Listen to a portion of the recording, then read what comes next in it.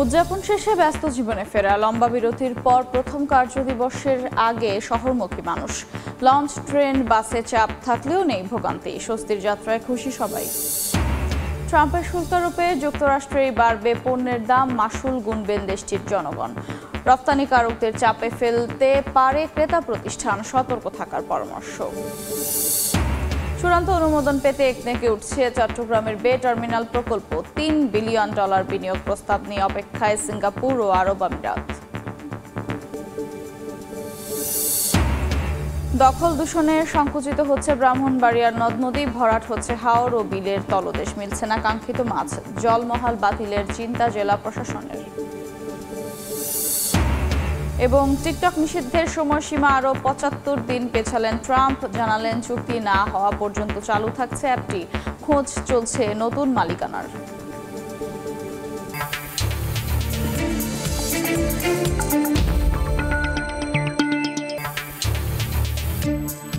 দেখছিলেন শিরোনাম। আমন্ত্রণ জানাচ্ছি দেশ ও দেশের বাইরের অর্থ বাণিজ্যের নানা খবর নিয়ে আমাদের নিয়মিত আয়োজন এ সময় বাণিজ্যে।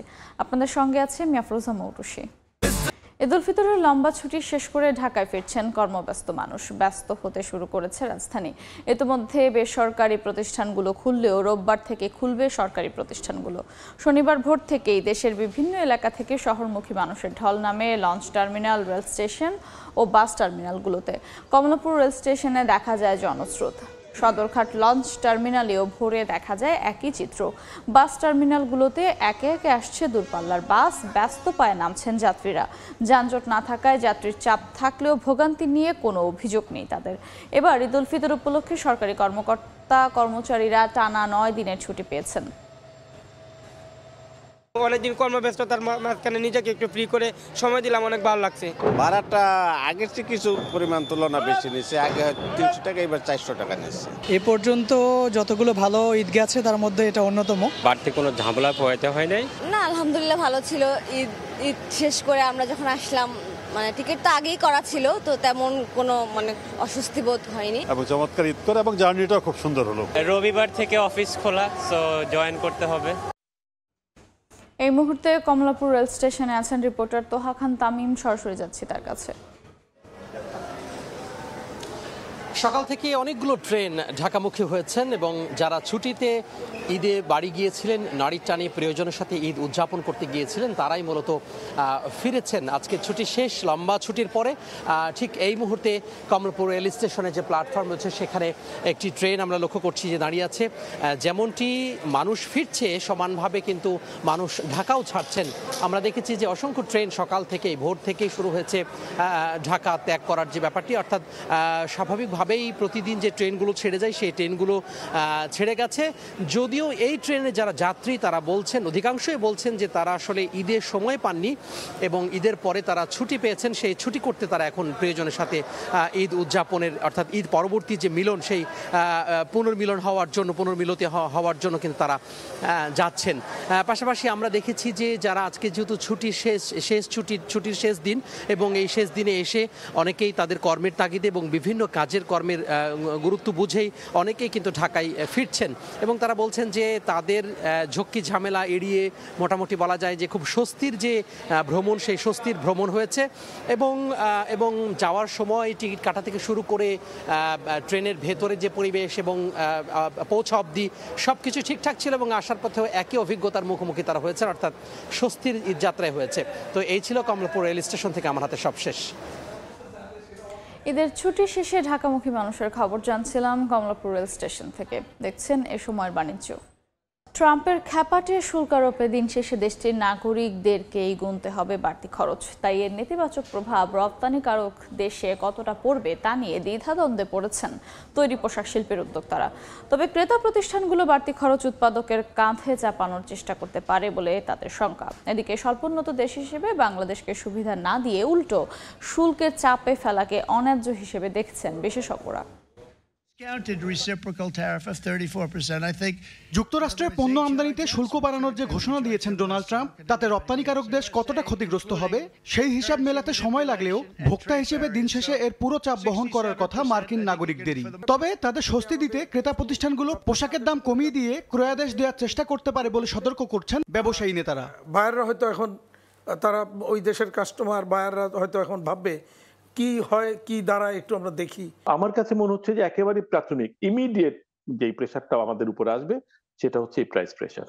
এই অবস্থায় উদ্যোক্তারা যেন কম দামে ক্রয়াদেশ না নেয়, আবার ক্রয়াদেশও হাতছাড়া না হয় তা নিশ্চিতে সরকারকে উদ্যোগ নেওয়ার তাগিদ দিচ্ছেন রপ্তানিকারকরা। এখন এইটার ফল কোন দিকে যাবে এটা একটু সময় না যাওয়া পর্যন্ত বোঝা যাবে না। সরকারেরও একটা পলিসি নেওয়া দরকার, যদি শেষ পর্যন্ত রপ্তানিকারকরা এই নেগোসিয়েশনের কারণে ক্ষতিগ্রস্ত হয়, সেই ক্ষেত্রে সরকার কিভাবে তাদেরকে এই সময়ে একটা সাপোর্ট দিতে পারে। স্বল্পোন্নত দেশ হিসেবে পণ্য রপ্তানিতে বাংলাদেশের সুবিধা পাওয়ার কথা থাকলেও নানা শর্তে বঞ্চিত করছে মার্কিন প্রশাসন।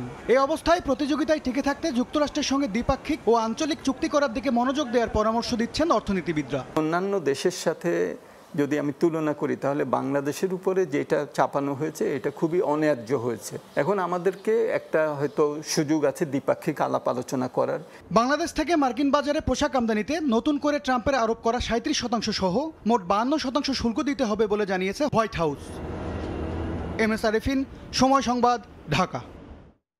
বিশ্বব্যাপী ডোনাল্ড ট্রাম্পের বাণিজ্য যুদ্ধ ঘোষণার পরই যুক্তরাষ্ট্রের বাণিজ্য দপ্তর অটেক্সা জানালো, চলতি বছরের প্রথম 2 মাসে যুক্তরাষ্ট্রে পোশাক রপ্তানিকারক শীর্ষ 5 দেশের মধ্যে সবচেয়ে বেশি প্রবৃদ্ধি বাংলাদেশের, এরপরেই রয়েছে ভারত। দীর্ঘদিন উচ্চ মূল্যস্ফীতির চাপ সয়ে ধীরে ধীরে স্বাভাবিক হচ্ছে মার্কিন অর্থনীতি। এরই ধারাবাহিকতার প্রমাণ চলতি বছরের প্রথম 2 মাসে ১,৩৫৫ কোটি ১,৮৯,৩১০ ডলারের তৈরি পোশাক আমদানি করেছে দেশটি, যা গত বছরের একই সময়ের চেয়ে ১১.21% বেশি। এই ধারায় যুক্তরাষ্ট্রে বাংলাদেশি তৈরি পোশাক রপ্তানির প্রবৃদ্ধি হয়েছে সবচেয়ে বেশি। মার্কিন বাণিজ্য দপ্তর ওটেক্সার তথ্য, গেল ফেব্রুয়ারি পর্যন্ত 2 মাসে দেশটিতে বাংলাদেশি তৈরি পোশাক রপ্তানি হয়েছে ১৫,৭,৬৭,৫৭৪ ডলার মূল্যের, যা ২০২৪ সালের একই সময়ের তুলনায় ২৬.৬৪% বেশি। তবে বাজার দখলের দিক দিয়ে তৃতীয় অবস্থানেই রয়েছে। প্রবৃদ্ধির হিসাবে এর পরের অবস্থানেই রয়েছে তৈরি পোশাকের বিশ্ববাজারে বাংলাদেশের অন্যতম প্রতিযোগী দেশ ভারত। বছর ব্যবধানে গেল জানুয়ারি ফেব্রুয়ারিতে মার্কিন বাজারে ভারতীয় পোশাকের রপ্তানি আয় বেড়েছে 25.7%। তবে এক বছরের হিসাবে ফেব্রুয়ারি পর্যন্ত সবচেয়ে বেশি প্রবৃদ্ধি 12.35% হয়েছে ভারতের। ভারতের পরে প্রবৃদ্ধিতে এগিয়ে ভিয়েতনাম 19.38% বাজার হিস্সা নিয়ে মার্কিন বাজার দখলে দ্বিতীয় অবস্থানে রয়েছে দেশটি। প্রবৃদ্ধিতে চতুর্থ অবস্থানে রয়েছে চীন। অন্যান্য দেশের তুলনায় গেল এক বছরে দেশটির প্রবৃদ্ধি বেশ কম, তবে 20.44% বাজার হিস্সা নিয়ে প্রথম অবস্থান ধরে রেখেছে বিশ্ব অর্থনীতির দ্বিতীয় শীর্ষ দেশটি। এদিকে শীর্ষ 5 দেশের মধ্যে গেল ফেব্রুয়ারি পর্যন্ত 2 মাসে মার্কিন বাজারে ইন্দোনেশিয়ার তৈরি পোশাক রপ্তানি কমেছে 18.27%। অন্তরা সেন, সময় সংবাদ। রাজধানীতে ফিরলেও এখনও অবকাশ যাপনে রাঙামাটির দর্শনীয় স্থানগুলোতে অবস্থান করছেন পর্যটকরা। যান্ত্রিক জীবনের ক্লান্তি ভুলে প্রকৃতির কোলে সময় কাটাচ্ছেন ভ্রমণ পিপাসুরা। পাহাড় আর হ্রদের সৌন্দর্য উপভোগ করছেন তারা। পর্যটকদের ভিড়ে গতি ফিরেছে জেলার অর্থনীতিতে। ব্যবসায়ীরা জানান, এবছর ঈদ ছুটিতে প্রত্যাশা অনুযায়ী আয় হয়েছে। এদিকে ভ্রমণ নির্বিঘ্ন করতে তৎপর প্রশাসন। পর্যটকদের নিরাপত্তা দিতে সার্বক্ষণিক তদারকিতে রয়েছে অতিরিক্ত পুলিশ সদস্য।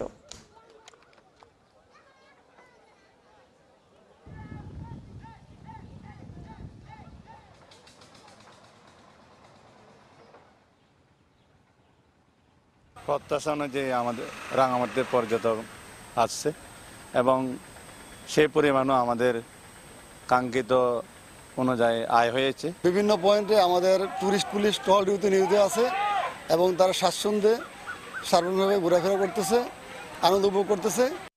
নদীর তীর সংকুচিত হওয়ার পাশাপাশি দেখা দিয়েছে নাব্য সংকট। এমনকি তলদেশ ভরাট হওয়ায় হাওর ও বিলেও মিলছে না কাঙ্ক্ষিত মাছ। জেলা প্রশাসক জানান, জলমহাল বাতিল করে নদীর পানি প্রবাহ স্বাভাবিক করা হবে। হৃদয় পালের ছবিতে উজ্জ্বল চক্রবর্তীর রিপোর্ট। বর্জ্য ফেলা হচ্ছে নদীতে। সুয়ারেজ লাইন দিয়ে শহরের আবর্জনা মিশছে নদীর পানিতে। এমন দূষিত পানিতে মাছ শিকারের চেষ্টা করছেন জেলেরা। ব্রাহ্মণবাড়িয়ার বিভিন্ন নদীতে বেড়েছে দূষণ। অন্যদিকে দখলের কারণে তীর সংকুচিত হওয়ার পাশাপাশি দেখা দিয়েছে নাব্য সংকট। এ কারণে মিলছে না কোনো মাছ। মাছই তো পাওয়া যায় না, ওরা ওই করে কেয়ার করে লাড়ি ফোনা খাওয়া যায়। বৃহৎ একটি জনগোষ্ঠী নদীর উপর নির্ভরশীল, সরকারের উচিত এখন এগুলো নিয়ে কাজ করা। এ নিয়ে উদ্যোগের কথা জানিয়েছে মৎস্য বিভাগ ও পানি উন্নয়ন বোর্ড। মৎস্য আইনে ইতিমধ্যে আমরা ব্যবস্থা নিয়েছি, অভিযান আরো খুব জোরদার করা হবে। তবে জেলা প্রশাসক জানান মাছের উৎপাদন বৃদ্ধিতে জলমহল বাতিল করে নদীর পানি প্রবাহ স্বাভাবিক করা হবে। স্পষ্ট বলে দেওয়া হচ্ছে এই লিজ বাতিল করে দিচ্ছে, এগুলো লিজ দেওয়া যাবে না, এগুলো বাদ কেটে দিবে, আমাদের ডাইরেক্ট ন্যাচারাল যে ফ্লোটা আছে ওইটা রাখার জন্য। ব্রাহ্মণবাড়িয়া 40টি নদী, 2টি হাওর এবং 3টি বিল রয়েছে। উজ্জ্বল চক্রবর্তী, সময় সংবাদ, ব্রাহ্মণবাড়িয়া।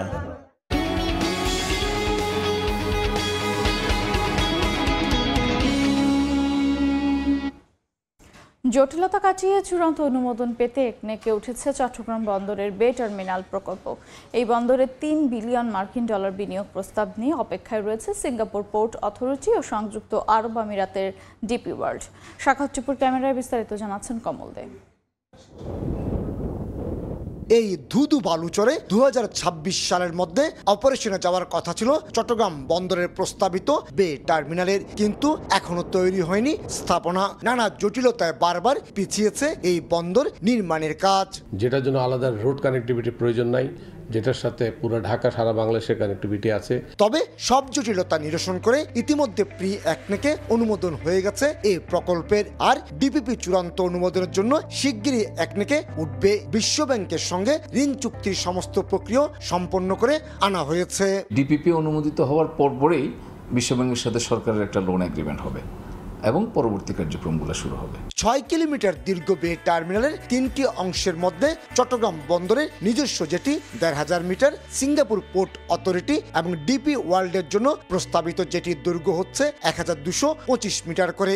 প্রি একনেকও হয়ে গেছে, এখন জাস্ট একনেকে উঠবে আর কি। একনেকে ওঠার জন্য আগে কিছু আমাদের আছে, তথ্য চেয়েছে, ওই তথ্যগুলো আমরা দিব। চট্টগ্রাম বন্দরে শুধুমাত্র জোয়ারের সময় জাহাজ আসা যাওয়ার সুযোগ রয়েছে। তার বিপরীতে সাগরের উপকূলবর্তী পাশাপাশি ব্রেক ওয়াটার সুবিধা থাকায় ভাটার সময়ও 14 মিটার গভীরতার যে কোনো আকৃতির জাহাজ সহজে নোঙ্গর করার সুযোগ পাবে এই বে টার্মিনালে। সেখানে আমরা অধিক পরিমাণে ড্রাফট পাবো এবং টার্মিনাল সাইজ হবে বিশাল, 24 আওয়ার্স নেভিগেশন থাকবে।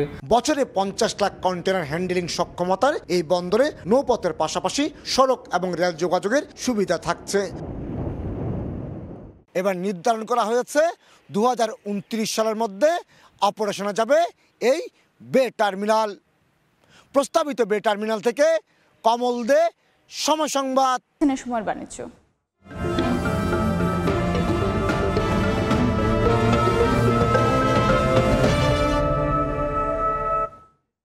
চলতি মৌসুমে আনারসের বাম্পার ফলন হয়েছে খাগড়াছড়িতে, তবে দাম কমে যাওয়ায় লোকসানের আশঙ্কা করছেন তারা। এদিকে কৃষি বিভাগ বলছে এই ফলের চাষ বাড়াতে নেওয়া হয়েছে নানা উদ্যোগ। জিতেন বড়ুয়ার পাঠানো তথ্য ছবি নিয়ে রিপোর্ট। বিস্তীর্ণ পাহাড়ি জমিতে আবাদ হচ্ছে আনারস, ফলন ঘরে তুলতে ব্যস্ত কৃষক।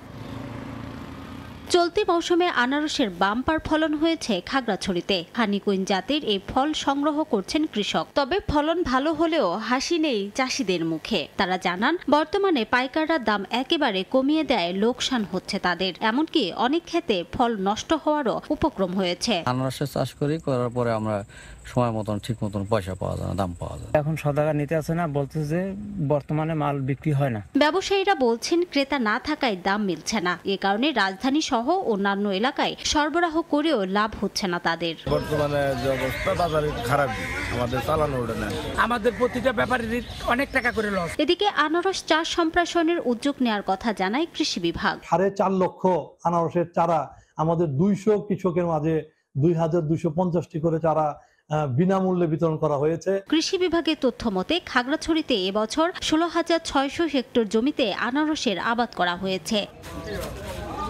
সময় সংবাদ, খাগড়াছড়ি।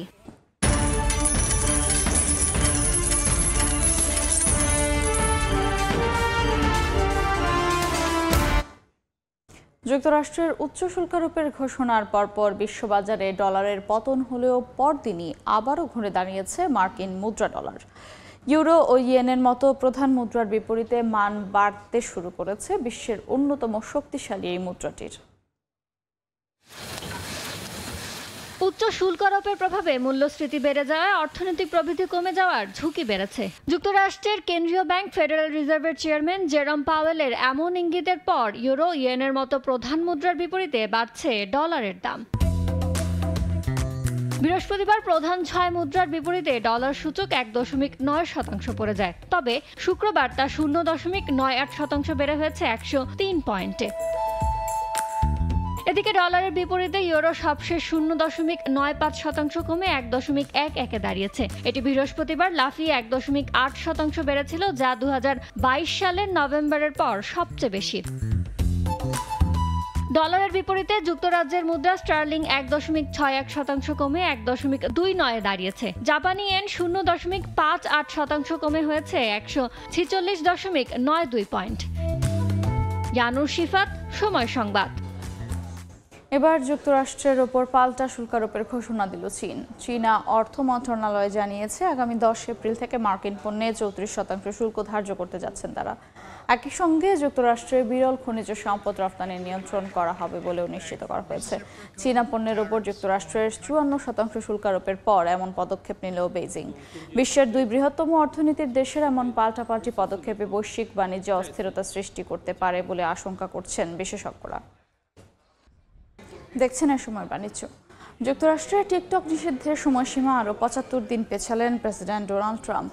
চীনা অ্যাপটির বিরুদ্ধে জাতীয় নিরাপত্তা ইস্যু তোলা হলেও চুক্তি সম্পন্ন না হওয়া পর্যন্ত অ্যাপটি বন্ধ হচ্ছে না। তবে মার্কিন আইনের সঙ্গে সামঞ্জস্য রেখে টিকটকের মালিকানা শেয়ারের জন্য খোঁজ চলছে নতুন মার্কিন প্রতিষ্ঠানের।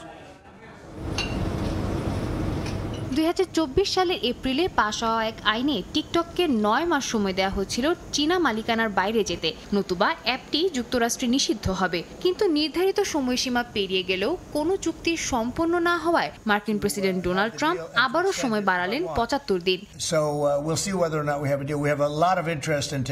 ট্রাম্প তার ট্রুথ সোশ্যাল পোস্টে জানান যে তার প্রশাসন টিকটক বাঁচাতে কাজ করছে, তবে এখনও কিছু অনুমোদন বাকি। তিনি আরও বলেন যে হোয়াইট হাউস চায় না টিকটক অন্ধকারে চলে যাক, তারা ভালোভাবে চীনের সঙ্গে কাজ করতে আগ্রহী। টিকটক বিষয়ে চুক্তি স্বাক্ষর হলে শুল্ক কমানোরও ইঙ্গিত দিয়েছেন তিনি। বার্তা সংস্থা রয়টার্স জানায় আলোচনাধীন পরিকল্পনায় বাইটড্যান্সের অচীনা বিনিয়োগকারীরা মার্কিন অংশীদারিত্ব বাড়িয়ে টিকটকের মালিকানা নেবেন। এর আগে প্রেসিডেন্ট নির্বাচনী প্রচারণা চলাকালীন ট্রাম্প বলেছিলেন তিনি কখনো টিকটক নিষিদ্ধ করবেন না, অথচ তার আগের প্রশাসনেই তিনি নিরাপত্তার কারণে অ্যাপটির বিরুদ্ধে অবস্থান নেন। সাদিয়া তাসনিম, সময় সংবাদ। এ সময় বাণিজ্যের শীর্ষ সংবাদগুলো জানিয়ে দিচ্ছি আরেকবার। উদযাপন শেষে ব্যস্ত জীবনে ফেরা লম্বা বিরতির পর প্রথম কর্মদিবসের আগে ঘরমুখী মানুষ। লঞ্চ, ট্রেন, বাসে চাপ থাকলেও নেই ভোগান্তি, স্বস্তির যাত্রায় খুশি সবাই। ট্রাম্পের শুল্ক আরোপে যুক্তরাষ্ট্রের বাড়বে পণ্যের দাম, মাসুল গুনবেন দেশটির জনগণ। রপ্তানিকারকদের চাপে ফেলতে পারে ক্রেতা প্রতিষ্ঠান, সতর্ক থাকার পরামর্শ। এবং চূড়ান্ত অনুমোদন পেতে একনেকে উঠছে চট্টগ্রামের বে টার্মিনাল প্রকল্প। $3 বিলিয়ন বিনিয়োগ প্রস্তাব নিয়ে অপেক্ষায় সিঙ্গাপুর ও আরব আমিরাত।